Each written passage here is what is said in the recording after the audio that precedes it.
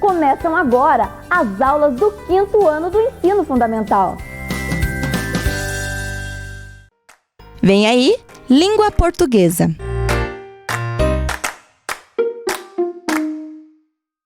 Olá, alunos do 5º ano, tudo bem com vocês? Estamos iniciando mais uma aula de língua portuguesa. Vamos pegar o material?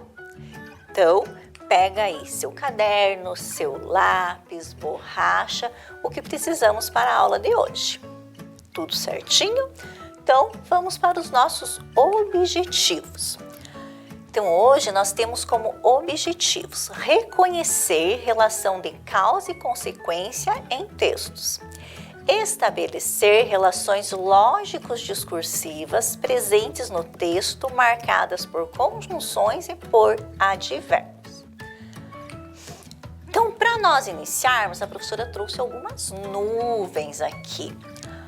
Vocês lembram o que nós conversamos nas nossas últimas aulas? Isso mesmo, né? A gente fez leitura de alguns textos que falavam sobre a chuva. Vamos relembrar um pouquinho esses textos, então? Vamos lá. Olha só, o primeiro que apareceu aqui foi a causa da chuva. O que vocês lembram desse texto? Isto mesmo, né? Era uma fábula onde nós tínhamos que animais nesta fábula? Isso, uma galinha, uma lebre e um sapo. Muito bem. E o que eles faziam durante essa história? Isso, eles discutiam a causa da chuva. Que bom, vocês estão bons de memória. Um outro texto, o lugar mais chuvoso da Terra. Vocês lembram que texto era esse? Isso, era uma reportagem que nos falava sobre um lugar na Índia, né? Onde chovia muito. E lembra que tinha, né, de interessante o que tinha?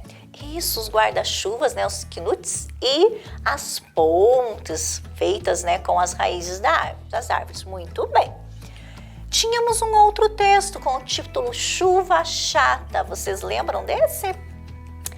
Isso era um pequeno poema, né, de Pedro Bandeira, onde um menino, né, uma criança, estava achando o que? Muito chato, isso mesmo, não ter o que fazer em um dia de chuva.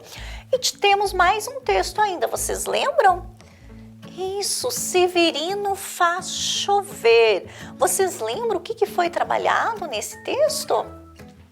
Isso, um menino que morava numa região de seca e queria muito que chovesse, né, onde ele morava. Então, hoje nós vamos relembrar esse texto aqui, tá? Então, vamos fazer a leitura na tela? Acompanhe a professora. Severino faz chover. Ana Maria Machado. Era uma vez um menino chamado Severino. O menino não tinha nada demais. Era um menino como os outros. Magrinho, moreno, levado e cabeludo. A mãe brincava que ele também era zoiudo, por causa dos olhos pretos, grandes e regalados. Severino era mesmo muito parecido com uma porção de outros meninos que a gente conhece. Então, aqui nós temos a primeira parte do texto. O que acontece nessa primeira parte do texto? Isso, a autora apresenta o personagem. Quem é o personagem? Isso mesmo, é Severino. E como ela apresenta o Severino para nós? Isso, ela fala como ele é. Ela descreve o Severino, né? Como que ela descreve ele? Como um menino, como, né, tantos outros. Mas ela dá algumas características, né? O que diz lá? Magrinho, moreno, levado e cabeludo. E olha só, então ela apresenta o personagem, trazendo o nome dele, e ela fala como ele é, comparando ele com outros meninos. E olha só que interessante, ó, a professora marcou uma palavra aqui. Que palavra é essa? Isso, o não. Qual será a função do não aqui nessa frase, ó? O menino não tinha nada demais, era um menino como os outros. isso, né? Ela está colocando que ele não tinha nada demais. Então, esse não aí, ele está com uma palavra que indica o quê? Indica negação, né? Ela nega ali, ele não tem nada demais. Ele é como os outros. Ela compara, então, ele com os outros. E veja, depois o que ela fala? Severino era mesmo muito parecido com uma porção de outros meninos que a gente conhece. O que ela quer dizer com esse muito parecido? Ela mostra, né, o quanto ele era parecido, né, a quantidade, digamos assim, de que ele se parecia com outros meninos, né, essa intensidade do quanto ele era parecido. Então, ele era muito parecido, tá? Então, vejam que, né, ela usou duas palavras aqui que ajudaram a identificar esse menino, né? Há algumas características dele. Então, o não, né, dizendo que ele não tinha nada demais, e o muito, né, então mostrando toda essa quantidade de quanto ele era parecido com os outros meninos. Bom, então como que a autora apresenta o personagem do texto? Então, o que ela apresenta lá? A gente já conversou aqui, né, oralmente. Então, lendo aqui o texto, o que ela coloca? Que ele não tinha nada demais e era um menino como outros, magrinho, moreno, levado e cabeludo. Então, veja, ela, né, apresenta ele comparando com os outros. E veja que tem uma sequência. Então, primeiro o nome, depois compara ele, dando aí, né, algumas características. Por que a mãe chamava ele de zoiudo? Né? Nas aulas anteriores nós já conversamos sobre isso e retomando o texto a gente vê o quê? Que ela brincava que ele era zoiudo por causa dos olhos pretos, grandes e arregalados. Então veja que tem uma causa para ela chamar ele de zoiudo. Bom, vamos continuar a leitura então. A terra de Severino, que não era muito parecida com uma porção de outros lugares que a gente conhece. Sabe por quê? É que lá quase nunca chovia, por isso a terra era seca, cheia de poeira, tudo era amarelo. Muitas árvores não tinham folhas, nem flores, nem frutas gostosas. Tudo estava seco até o riozinho e as pessoas iam ficando tristes. Então veja, na primeira parte do texto a gente viu a apresentação de quem? Severino, o personagem principal. E nesse trecho aqui, o que acontece? Isso mesmo, a autora fala da terra onde ele morava. Então, vocês estão vendo a sequência aí que o texto tem? Então, primeiro a autora apresentou o menino, agora ela está falando da terra. E o que ela fala da terra? Vejam que, novamente, o que ela vai usar aqui, ó? O não e o muito. Então, ó, a terra de Severino, que não era muito parecida com uma porção de outros lugares que a gente conhece. Então, quando ela falou de Severino, o que ela falou? Que ele não tinha nada demais e que ele era muito parecido com outros meninos. Agora, quando ela apresenta a terra, ela, né, diz que o quê? Que essa terra não era muito parecida com uma porção de outros lugares. E vejam que aqui ela, ó, sabe por quê? Então, ela faz um questionamento, né? Ela vai nos apresentar, né, a causa dessa terra não ser muito parecida com outras terras. E ela coloca, então, esse questionamento. Você sabe por que essa terra não é parecida com outras terras? Por quê? Né? É que lá quase nunca chovia. Então, vejam, lá onde? Isso, lá na terra de Severino. Então, vejam, aqui ela escreveu a terra de Severino não era muito parecida. Por quê? Lá quase nunca chovia. Por isso a terra era seca, cheia de poeira, tudo era amarelo. Então, aqui ela não repete, né, a palavra terra. Ela usa o lá. E o lá está aqui indicando o quê? Né, indicando um lugar, um local. Né, fazendo referência a essa terra onde Severino vivia. Bem, aí ela fala o que, ó, nunca chovia, né? Então, quando que chovia lá? Nunca, quase nunca. Esse nunca me dá uma ideia do que será? De tempo, né? Porque a professora perguntou quando que chovia. Então, quando eu pergunto quando, a gente está perguntando, né? Falando de momento, de tempo. Então, nunca, quase nunca chovia lá. E aí ela usa aqui, ó, por isso, que eu também posso trocar por uma outra palavra. Vocês lembram, ó? Por isso. Então, portanto, a terra era seca, né?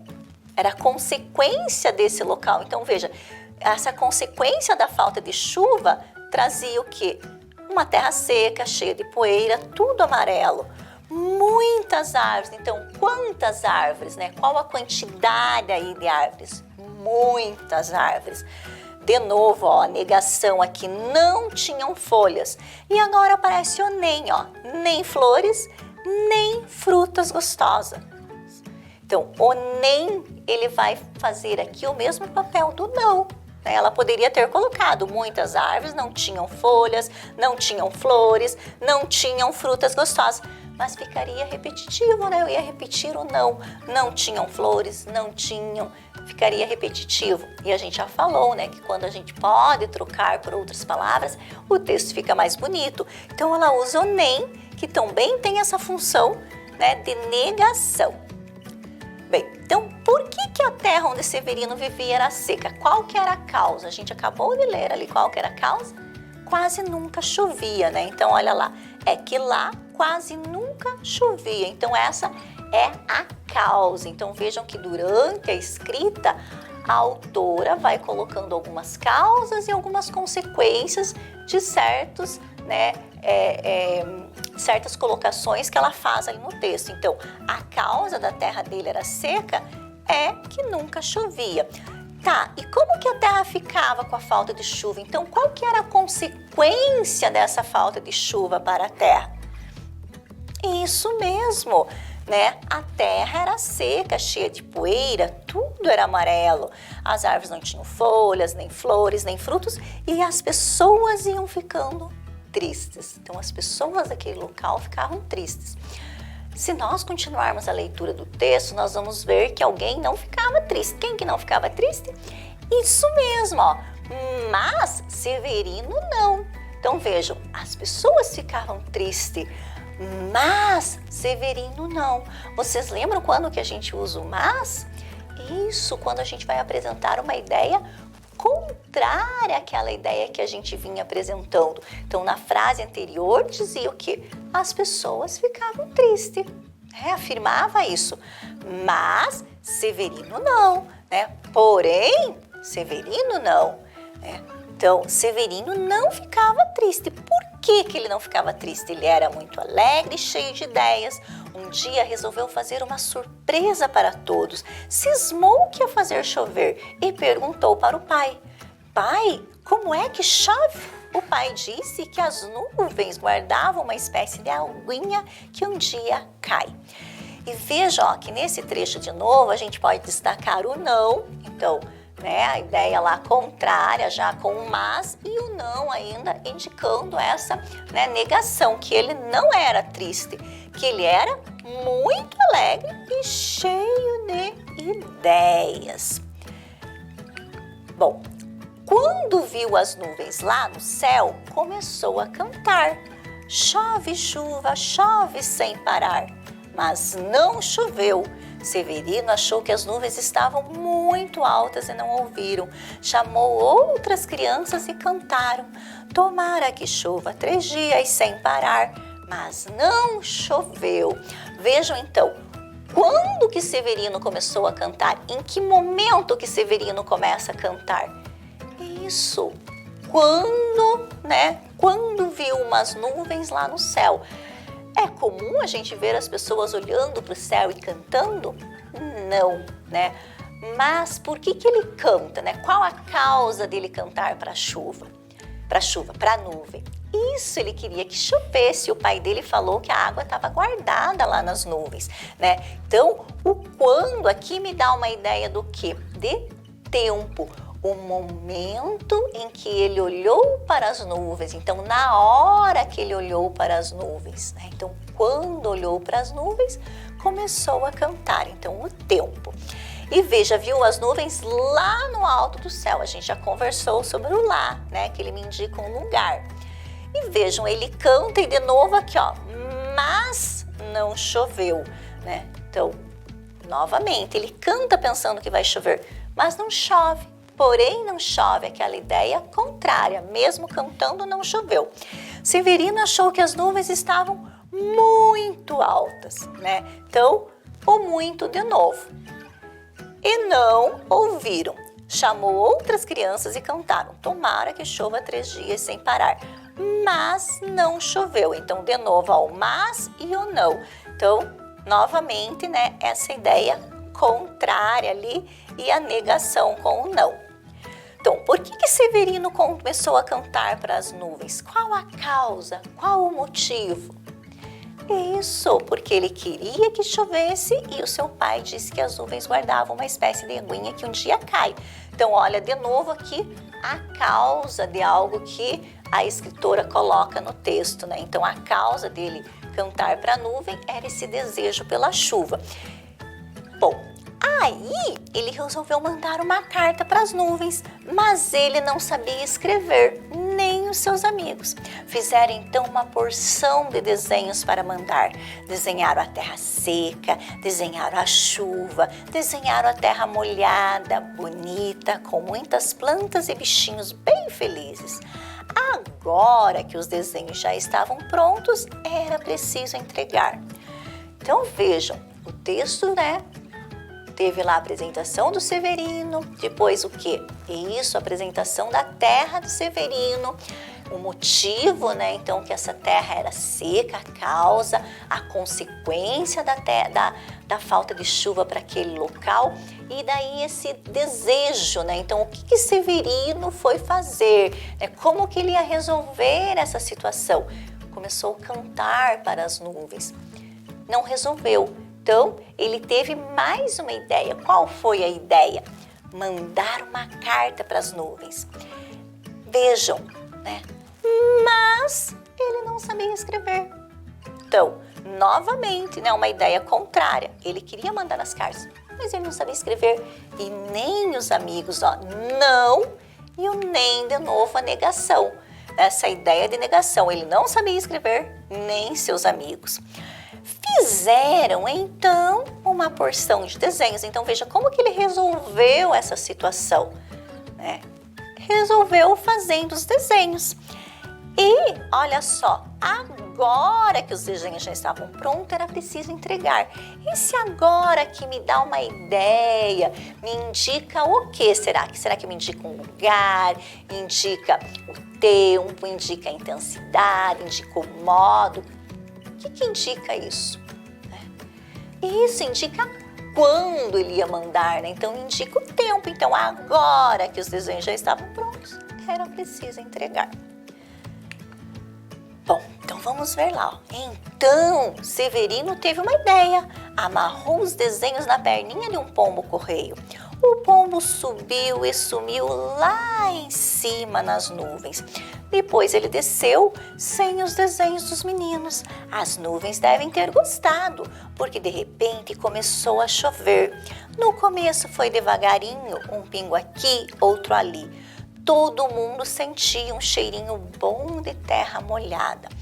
Ó, o então aqui, né, da autora, agrupando tudo aquilo, né, que ela tinha escrito antes. E vejam só, o pombo subiu e sumiu lá em cima. De novo me indica um lugar, muito bem, o lugar onde ele subiu. E vejam, depois ele desceu, sem os desenhos dos meninos. E esse depois indica o que para mim? Isso indica o quando ele desceu, o tempo que ele desceu. Então, depois. As nuvens devem ter gostado, porque de repente começou a chover. Então, olha o porquê aqui explicando ali, né? Então, né? Elas devem ter gostado, porque de repente começou a chover. Então, a causa da chuva aqui para o Severino foi... elas gostaram do desenho. No começo foi devagarinho, um pingo aqui, outro ali. O que me indica um pingo aqui, outro ali? Isso, local, né? Começou aquela garoa, um pingo aqui, um pingo ali. Então, estava indicando um local. E todo mundo sentia um cheirinho bom de terra molhada. Então, vamos conversar um pouquinho de novo ali, ó. Por que o pombo subiu e sumiu lá em cima nas nuvens? Porque Isso, porque Severino queria que seus desenhos chegassem até as nuvens, então amarrou ali e mandou o pombo subir lá para cima. E depois, o que aconteceu? Então vejam, ele sobe, ele vai e leva os desenhos. E aí, qual que é a consequência dele levar os desenhos? Isso, né, na cabeça do Severino, é o motivo de ter começado a chover. Muito bem. Bom, vamos agora para o finalzinho do nosso texto, ó. Todo mundo sentia um cheirinho bom de terra molhada. Depois foi aumentando. Caía água que era uma beleza. A água formou poças e riozinhos onde os meninos soltavam barquinhos de papel. A chuva dourou uma porção de dia. Todo mundo ficou muito contente. Mas ninguém estava tão contente como Severino. Então vejam que aqui também nós temos algumas palavrinhas para analisar. Olha, o depois, a gente já viu o que o depois nos indica? Muito bem, indica o tempo. Deixa a professora tomar um golinho de água. Então vejam, vão lendo ali, pensando que outras palavras que nós temos ali que indicam alguma coisa. Acharam? Isso mesmo. O muito de novo, né? Todo mundo ficou muito contente. Então, o muito indicando essa quantidade, essa intensidade. Mas, olha o mas de novo. Mas ninguém estava tão contente como Severino. E o tão? O que será que esse tão está me indicando? Ó? Mas ninguém estava tão contente como Severino. Isso, o quanto ele estava contente. Veja, ele estava muito mais contente do que os outros. Então, todos estavam contentes, mas Severino estava muito. Então, ninguém estava tão contente como ele. Então, essa ênfase que a autora dá ao falar o quanto ele estava contente, essa intensidade da alegria dele, a quantidade dessa alegria dele.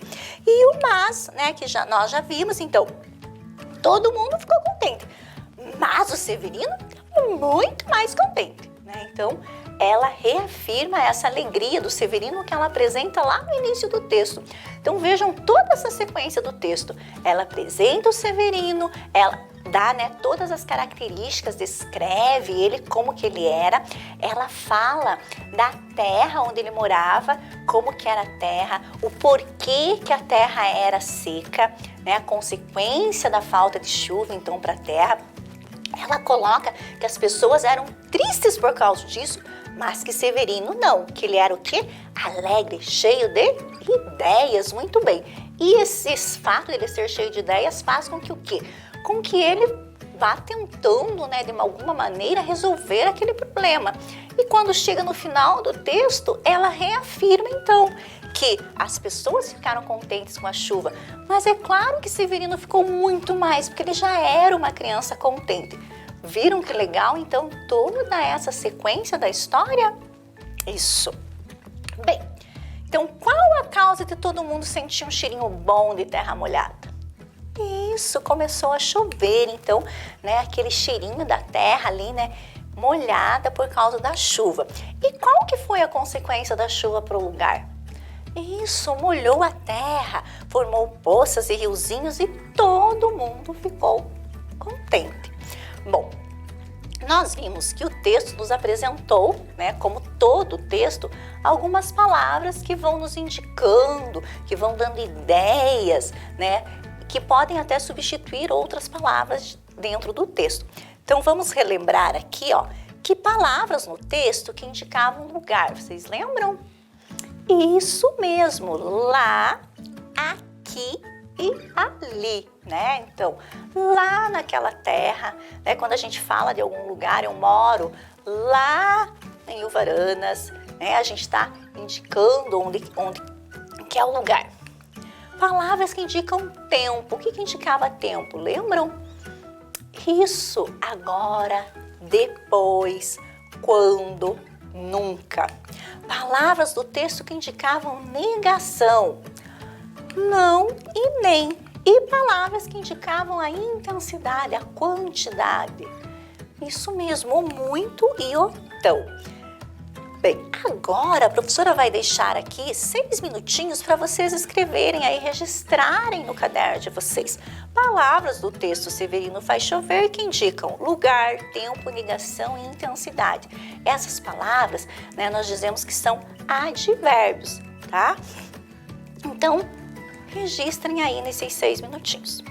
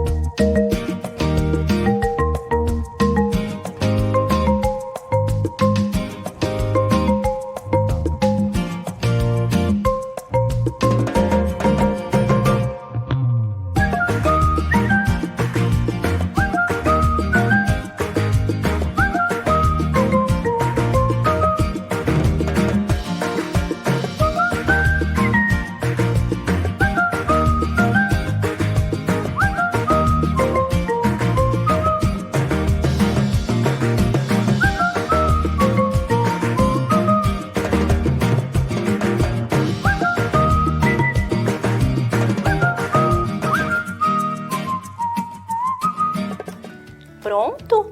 Ótimo! Então vamos agora fazer uma atividade.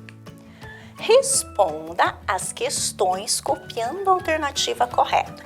Então a questão 1, qual a causa da terra de Severino ser seca? Então, né, por qual motivo essa terra era seca? E o número 2, qual a consequência da falta de chuva para a terra onde Severino vivia? Então, 9 minutinhos. Então, vocês copiam, né, a alternativa e copiam apenas a resposta correta.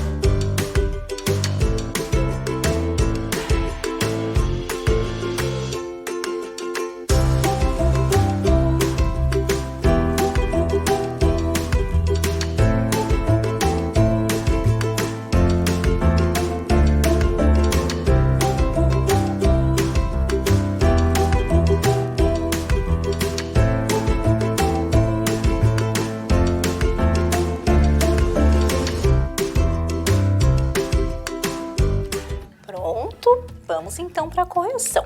Olha lá. Então, qual a causa da terra de Severino ser seca? Por que motivo essa terra era seca?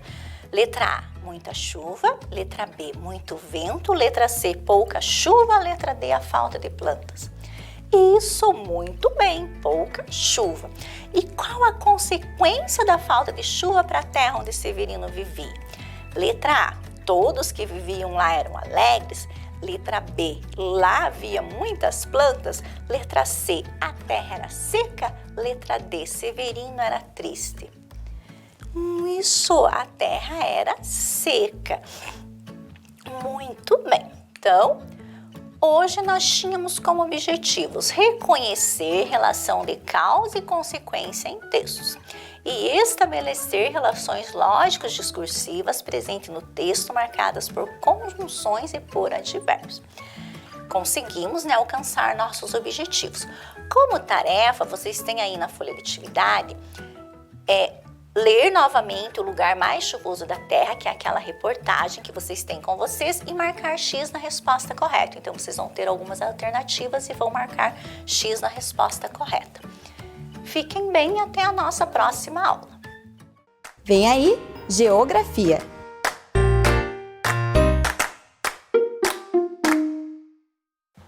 Bom dia, que bom encontrar vocês de novo. Vamos para mais uma aula nossa de Geografia. Então, hoje o nosso objeto de conhecimento será ferrovias e transportes em Ponta Grossa e no Paraná. Se organiza aí. Hoje nós vamos utilizar aquela folhinha que você retirou lá na escola, tá bom? Então pega seu estojo, pega essa folha de atividade e vamos juntos. Olha só, nosso objetivo da aula de hoje é um apenas. E ele fala que nós teremos que conhecer os meios de transporte que contribuíram para o desenvolvimento de Ponta Grossa e também do nosso Paraná. Porque as histórias estão bem juntinhas, vocês vão ver. E olha só, hora de descobrir. Descobrir o quê? Tudo isso que foi impulsionando este desenvolvimento, tanto aqui da nossa cidade, quanto do nosso estado e também do nosso país de um modo geral, certo? Então nós vamos começar com um adivinho. O que será que tem embaixo desses retângulos? Vamos ver? Olha lá. Tem uma dica aqui e a outra dica também. A primeira fala lá, sou veloz, já ganhei até filmes no cinema. Corro muito, mas só nas pistas. Já fui pilotado pelo Ayrton Senna. Sou o... Muito bem, que será? Parabéns, o carro de corrida. Olha lá, o carro de corrida também faz lembrar os nossos meios de transporte, claro que já bem desenvolvidos. O próximo diz lá, o que me faz voar é minha turbina. Levo pessoas, animais e cargas não muito pesadas. Voar comigo é um barato e chegamos muito mais rápido. Sou o avião, muito bem, olha lá. Aparecendo na nossa telinha, o avião também agora um ótimo meio de transporte, né? Que faz com que nós vençamos grandes distâncias em um curto espaço de tempo. Mais adivinhações? Uma dica, outra dica. Vamos lá? Sou da água, levo pessoas, pescadores e até algumas cargas, mas não sou grandão como navio. Minha vida, ela é mais sossegada. Tchararam! Quem será? Sou o barco, olha só. Ele consegue levar até um certo número de pessoas de carga, mas não muito, né? Porque ele também tem o tamanho limitado. A próxima dica vem lá. Carrego cargas pesadas, containers gigantes, viajo por todo o mundo levando encomendas da China ao Brasil pelas águas dos oceanos. Sou o tchararam, navio. Olha só, esse sim, carrega uma grande quantidade, né? Tanto de tripulação quanto de carga. E aí, então, permite que as distâncias sejam vencidas, né? E as mercadorias lá da China cheguem até aqui no nosso país e vice-versa. Próximo, vamos ver. Mais uma dica surgindo. Olha lá. Eu carrego muito peso, Ando pelo Brasil inteiro, pelas estradas do país, levo cargas e pessoas. E meu amigo, o caminhoneiro. Esse já tem até uma dica, né? Realmente ele é o caminhão que corta então as rodovias do nosso país e que também é um importante meio de transporte. Próximo, vamos descobrir quem está ali? Carrego pessoas ou cargas. Quem me guia é o maquinista. Faço um barulho, apito, corro nos trilhos de várias cidades e de todo o país. Tcharam! Sou o trem. Olha lá, muito bem, o trem então é esse meio de transporte, né, que ainda é utilizado e que nós já vamos relembrar a história dele, certo? Então olha lá. Nós vamos então conversar mais um pouquinho sobre os meios de transporte. Nós vimos na outra aula que os meios de transportes, eles são divididos em aéreo, terrestre e aquático. Então, quando eu estou pensando no meio de transporte aéreo, eu imagino que ele tem todo o ar para circular, né? Quando eu falo no aquático, ele vai ter que ter um ambiente de água. E quando eu falo no terrestre, aí então tudo se amplia, né? Porque nós temos desde a bicicleta até o caminhão e o trem, que vão exigir então todo um preparo de estrada para poder rodar com segurança, com eficiência e também com o tempo, né? Que todo esse meio de transporte ele vem justamente para facilitar a vida do homem. Então, olha lá. Vamos ver então agora como que se deu esse desenvolvimento então das ferrovias e das rodovias no Paraná e aqui na nossa cidade. Então, senta que lá vem história, gente. Vamos lá? Olha só. Bem antigamente, então, quando ainda existia aqui na nossa região apenas os índios, eles começaram então, né, com todo o seu conhecimento, a fazer trilhas para poder se locomover dentro do nosso estado. Só que, claro, né, eram trilhas onde passavam apenas eles, né, a pé. Então, o que aconteceu? Antes de tudo, o percurso através de montanhas e vales da Serra do Mar já era plenamente conhecido pelos índios. Nos séculos inaugurais aqui da nossa história, ou seja, daqueles que primeiro começaram a chegar aqui, as vias ou caminhos não passavam dessas trilhas, desses estreitos. Então, imaginem a mata fechada e apenas o caminho passando no meio. Por quê? Porque eram abertos arduamente na floresta, né?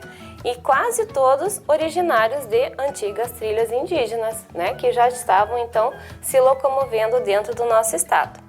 Então, olha a dificuldade lá na figura de tentar carregar as mercadorias, pessoas e tudo mais. Com isso, nós temos então, né, sabendo que por essas trilhas transitavam pedestres, pequenas tropas de muares, ou seja, de mulas, né, que iniciaram então essa expansão territorial. Os primeiros indícios de desenvolvimento econômico do nosso estado aqui. Depois foram utilizados pelos bandeirantes e então tornaram-se caminhos de tropas. E mais tarde deram origem às modernas vias da atualidade. Depois a gente vai ver o quanto uma seguiu mais ou menos o caminho da outra. Quer dizer, então primeiro surgem as trilhas para que depois essas trilhas sejam melhoradas. E hoje nós temos aí todo o nosso sistema viário no nosso estado, né? Dentro das nossas cidades e tudo mais. Então, olha só, começa a melhorar um pouquinho, né, essas trilhas. Então, no século XIX, o desenvolvimento da economia, tanto lá no litoral, naquela região bem pertinho do mar, como aqui em cima já, né, no primeiro planalto, segundo planalto, começou a exigir melhorias nas vias que ligavam um lugar ao outro. Então, de meras picadas e trilhas, foi passado então para a construção de uma estrada carroçável. Gente, olha a importância. Era necessário que conseguisse pelo menos passar a carroça ali para que ajudasse esse transporte, né? Não seja só apenas na carga, na pessoa, né? Então, em meados do século XIX, vem então o surgimento aí da melhoria da estrada da Graciosa, que antes ela era uma trilha. E com tudo isso, Esses caminhos ou picadas, né, eles se destacavam. 3 eram os mais usados: o Arraial Grande, o da Graciosa, que a prof acabou de falar, e o do Itupava. Pelos Campos Gerais, aqui, né, na nossa cidade, Ponta Grossa, passava a Estrada da Mata, que ligava o Viamão, no Rio Grande do Sul, à Feira Paulista de Animais, lá em São Paulo, em Sorocaba. Esta picada, né, ou seja, este caminho, essa trilha, ele foi o principal caminho das tropas. E lá em 1873, quando concluiu-se a Estrada da Graciosa, ele, na verdade, guarda agora até muito pouco daquela trilha original, mas tudo isso ajudou muito a esse desenvolvimento, porque vocês sabem que a nossa história, a nossa origem está ligada aos tropeiros, né, ao caminho das tropas. Então, vamos lá. Olha só.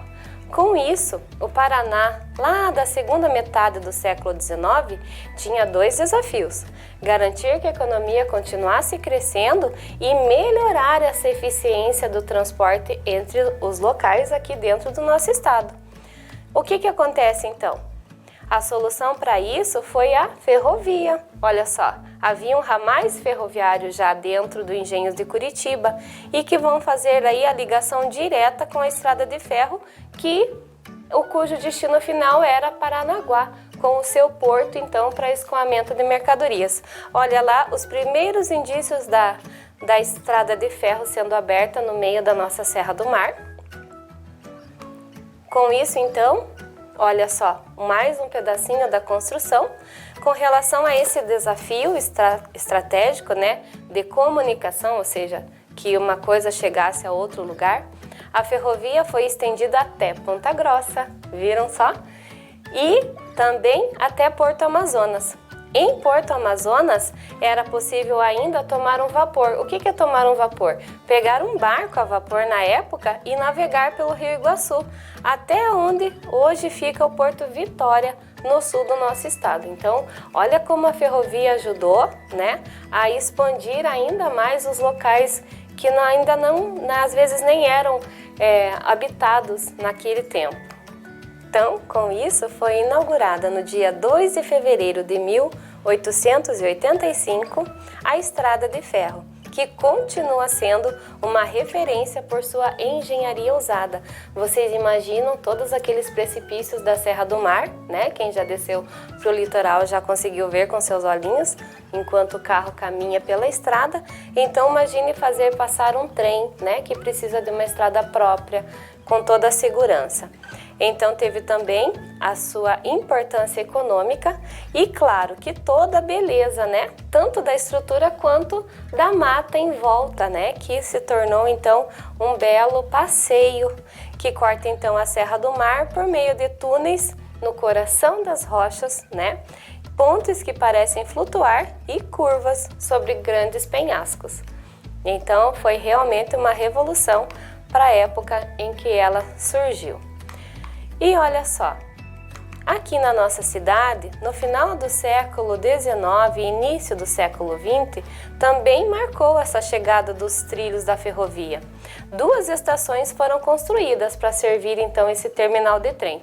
A primeira delas, essa foi a primeira estação, ela foi inaugurada em 1894 e servia de ponto de terminal da Estrada de Ferro Paraná, fazendo a ligação Paranaguá, Curitiba e Ponta Grossa. Depois eles percebem que ela ficou um pouco pequena para todo o tráfego, né? E entre 1899 e 1900 é construída então a que hoje nós conhecemos por Estação Saudade. Ela foi conhecida como Estação São Paulo-Rio Grande e para atender então a demanda de movimentação de trem, movimentação de carga e movimentação de pessoa, né? Eles fizeram então toda essa estrutura maior. O encontro das 2 estradas de ferro fizeram de Ponta Grossa um importante entroncamento ferroviário. Naquela época ele era só ferroviário, hoje nós vamos descobrir que ele é rodoferroviário também. Aliás, ele foi acrescentado o rodo, né, de rodovias e marcou um período de crescimento econômico aqui na nossa região. Então, olha só, conhecido como um dos mais importantes entroncamentos ferroviários do sul do Brasil, a nossa ferrovia, ela continua atualmente, né, funcionando aqui na nossa cidade. Então, ela continua ligando Ponta Grossa a todos os locais, né, a qualquer região do nosso estado e cumprindo então o seu objetivo, né, que a via que ligou a cidade de Ponta Grossa a Sorocaba, lá em São Paulo, cumpriu o seu papel no progresso aqui da nossa cidade, estimulando o comércio, a agricultura, trazendo diversas oportunidades de emprego, porque tudo precisa de manutenção e o trem não era diferente, então vem tudo a sua estrutura para poder manter o trem em funcionamento. Mas então, transportes de informações, como que isso acontecia? Acontece que lá naquele tempo a informação ela não tinha uma via única dela, como hoje nós vemos a internet. Ela precisava dos meios de transporte. Então a primeira forma que as pessoas conseguiram se comunicar, que viviam distantes uma da outra, era pela carta. E essa carta viajava junto com as cargas. Então os nossos tropeiros, as pessoas que, né, começaram a nossa colonização, toda essa nossa habitação aqui, elas também levavam informação. Depois da carta, nós tivemos também o jornal, né, que começou a ser vinculado dentro das cidades, trazendo as informações que eram importantes para aquela região. Depois nós tivemos o telegrama e aí sim nós começamos a ter um caminho especial para a informação ou para a comunicação. Ele não dependia mais de que uma pessoa pegasse o telegrama e saísse correndo a levar ele para um outro local. Aí sim começa a surgir o telefone, né? Nós temos também aqui o rádio, aí também a máquina da datilografia, que também ajudou muito a desenvolver os meios de comunicação, né?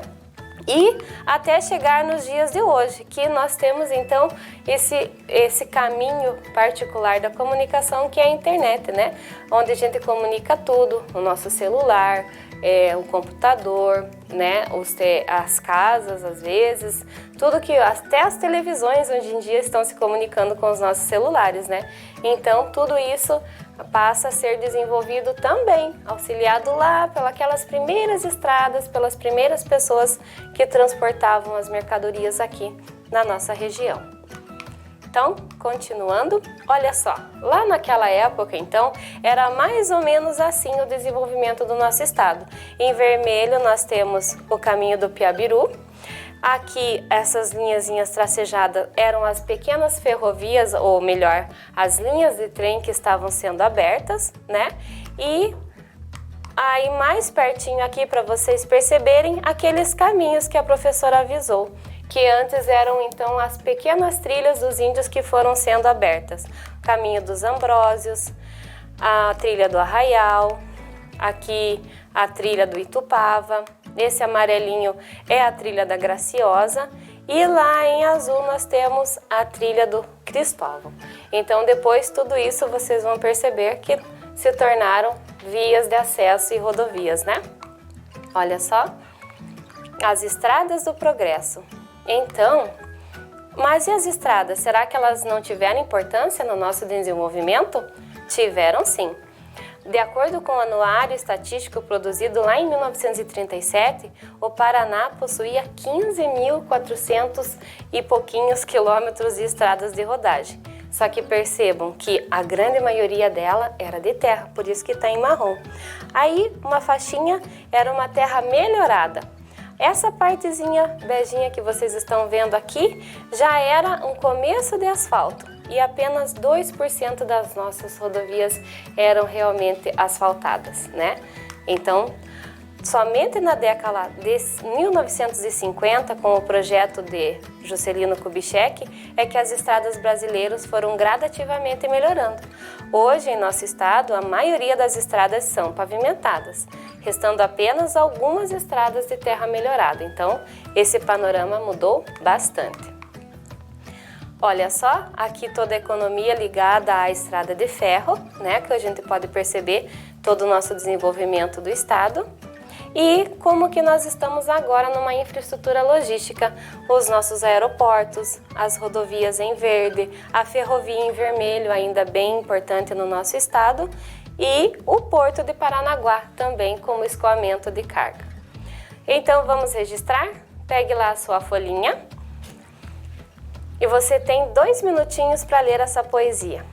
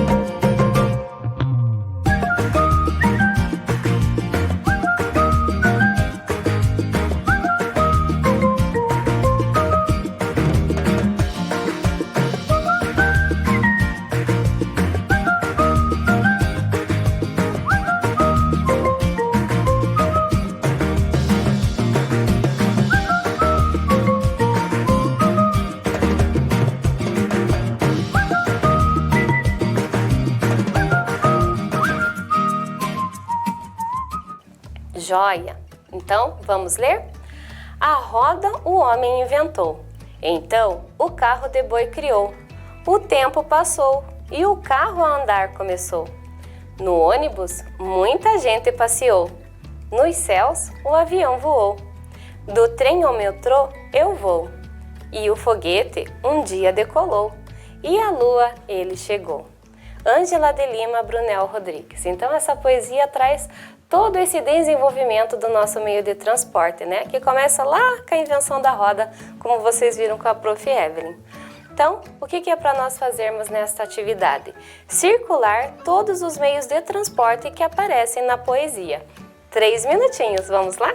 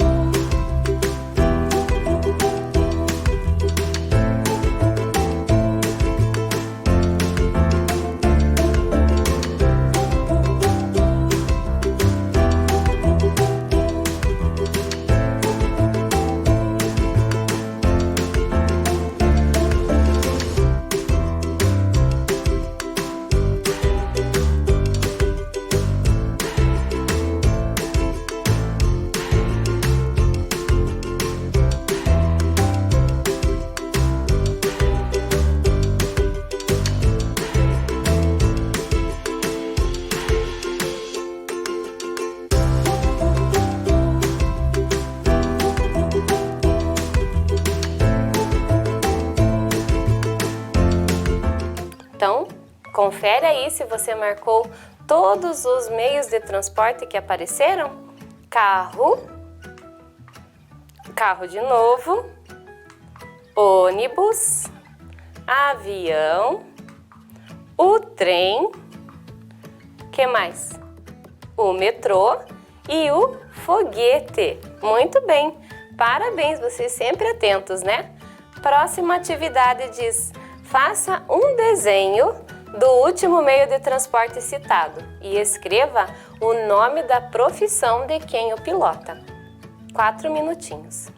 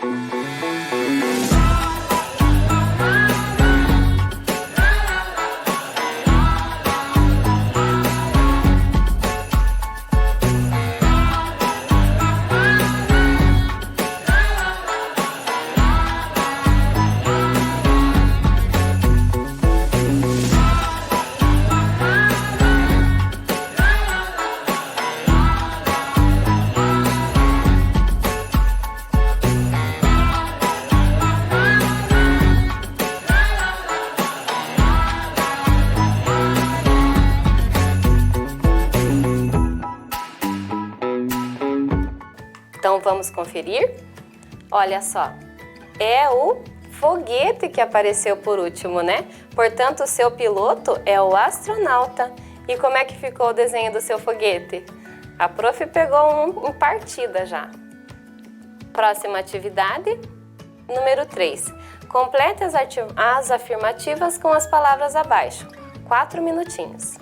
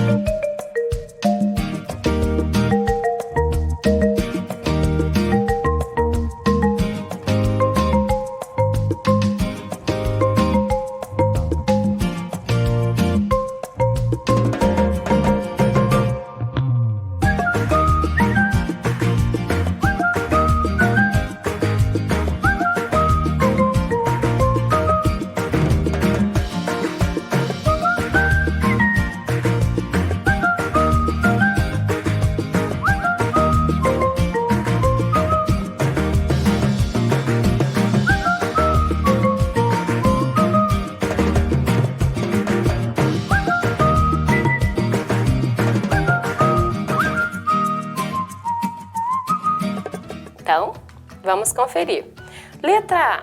Quando as tropas partiam em viagem, levavam mercadorias e também a informação. Um dos primeiros meios de comunicação entre pessoas que moravam distante foram as cartas. Muito bem, vamos discar lá no nosso banquinho de palavras que nós já usamos as cartas. Letra B. O tananana, foi responsável em trazer informações sobre o cotidiano das cidades. A professora também comentou na nossa aula que o jornal, então, foi aquele responsável por trazer, ou melhor, por fazer circular as informações de cada região. Letra C. No Brasil, até cerca de 200 anos, o transporte de cargas era feito apenas em lombo de. E aí nós temos 3 espaços para completar. Confere aí se você fez certinho. Lombo de mulas, de cavalos, risca lá em cima, e também carroças. Lembra lá que um grande passo do nosso desenvolvimento foi fazer as trilhas serem carroçáveis? Então, que coubessem uma carroça, né?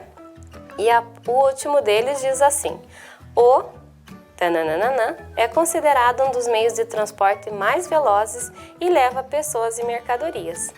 Então, olha lá, esquecemos de riscar carroça, mas agora já riscou. O próximo, então, é o avião. Muito bem. Então, o avião vem aí, né, com um grande ícone do nosso desenvolvimento, né, conseguindo, então, fazer com que nós consigamos ir de um continente a outro, certo? Muito obrigada, que bom que você esteve aqui comigo.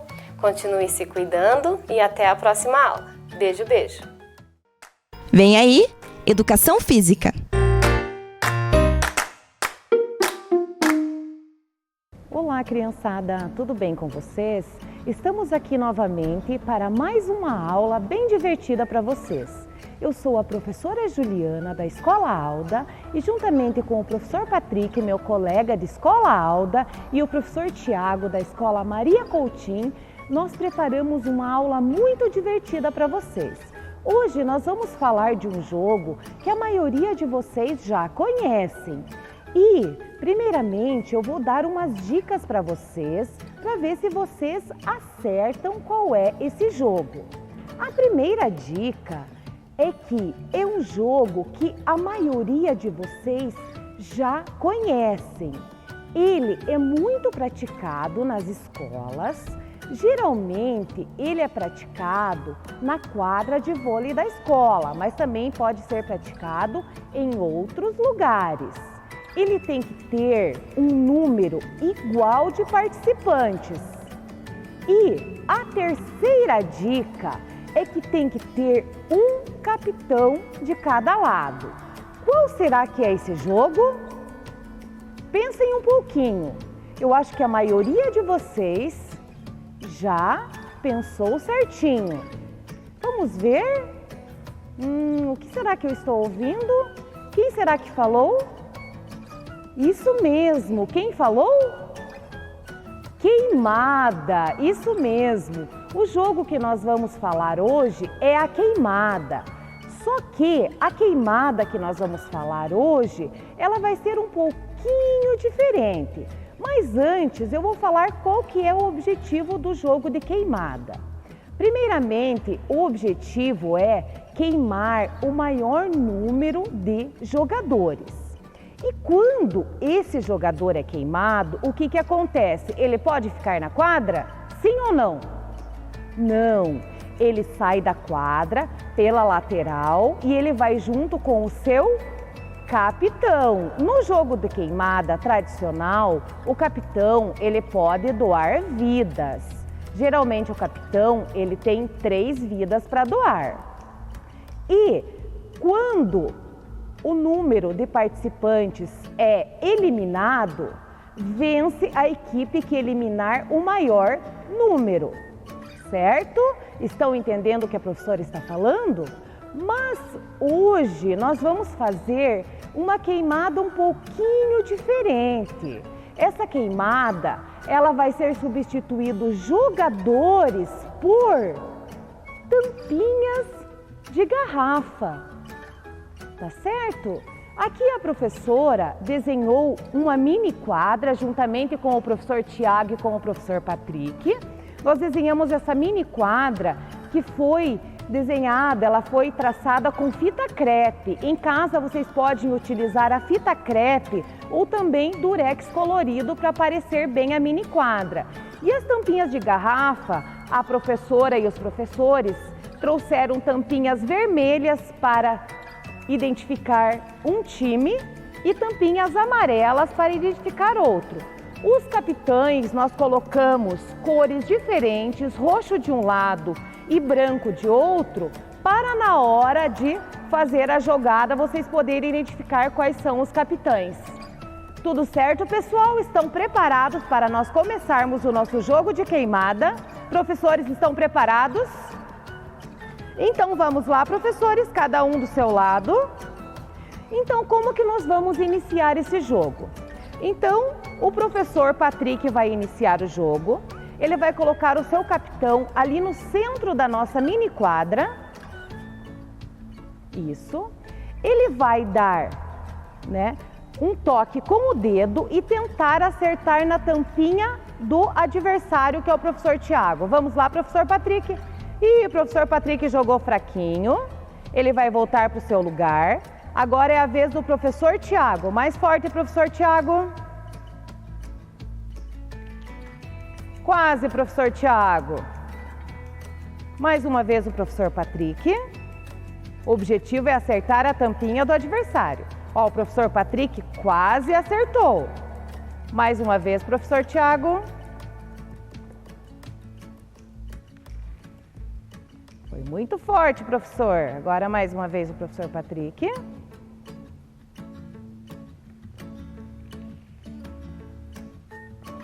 Vamos lá, professores, tentando acertar.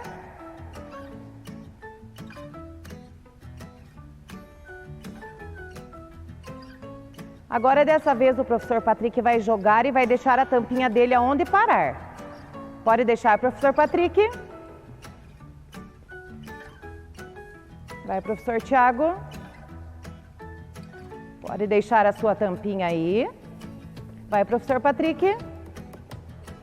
Joga da onde você deixou a tampinha.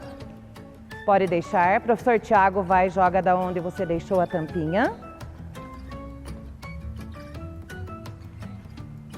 Pode voltar para o seu lugar. Professor Patrick. Ó, o professor Patrick acertou. Ele vai pegar a tampinha do professor Tiago com o seu capitão. Pode pegar o capitão e voltar para o seu lugar. Vai, professor Tiago.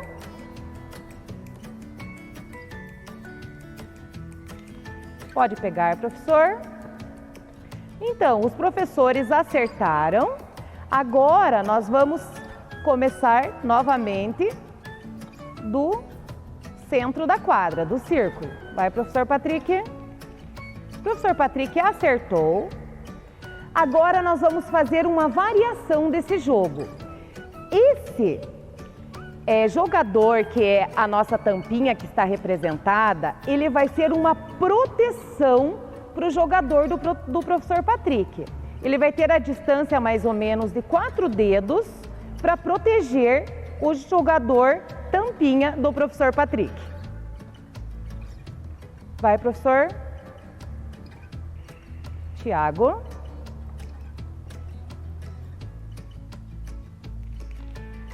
Ó, mesmo assim, mesmo com a proteção, com a defesa, o professor Tiago acertou. Agora o professor Tiago também tem um jogador que será a tampinha para fazer a defesa, professor. Pode colocar a defesa. 4 dedos, muito bem. Ó, o professor Patrick não acertou. Pode pegar lá, professor Patrick, seu capitão.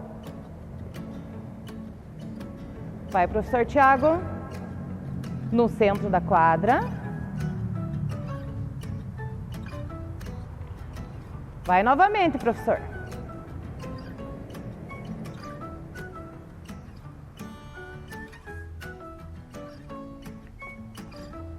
Pode pegar o seu capitão, professor Tiago. Agora é outra variação. Quem acertar tem chance de jogar mais uma vez. Se o professor Patrick acertar, ele tem chance de jogar mais uma vez. Como ele não acertou, ele vai voltar para o lugar dele. Vai, professor Tiago, do centro da quadra. Ó, o professor Tiago, ele acertou. Ele vai pegar o jogador, que será a tampinha, ele vai jogar mais uma vez e o que ele vai fazer com essa tampinha que ele acertou? Ele vai colocar de defesa no jogador dele. Isso. E ele tem direito a jogar mais uma vez. Vamos lá, professor Tiago. Isso aí. Agora o professor Patrick vai jogar pela última vez. Isso aí. Então, pessoal, esse foi o nosso jogo de queimada com tampinhas de garrafa. Então, lembrando que as cores, elas são opcionais. Vocês podem usar essas cores que nós usamos aqui, amarela e vermelha para os jogadores, roxo e branco para os capitães. Fazer essas variações que nós fizemos também. Primeiramente, só jogar para acertar o jogador, depois fazer essa variação de defesa, certo? E vocês podem também inventar outros tipos de variações. E também a quadra, fazer com o durex colorido que nós já fizemos e fica muito bonito. E eu quero saber de vocês, se vocês gostaram de jogar. Eu acredito que a maioria gostaram. Vocês gostaram, professores? Se divertiram? Então, aqui o nosso objetivo é nos divertirmos.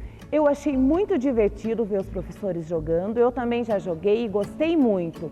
Então, espero que vocês tenham gostado, que vocês tenham achado fácil e quando nós voltarmos para a escola, espero que nós possamos jogar muito essa queimada com tampinhas e também a queimada na quadra que nós estamos acostumados a jogar. Tudo bem, pessoal? Espero que vocês fiquem bem e até a próxima aula. Tchau, pessoal!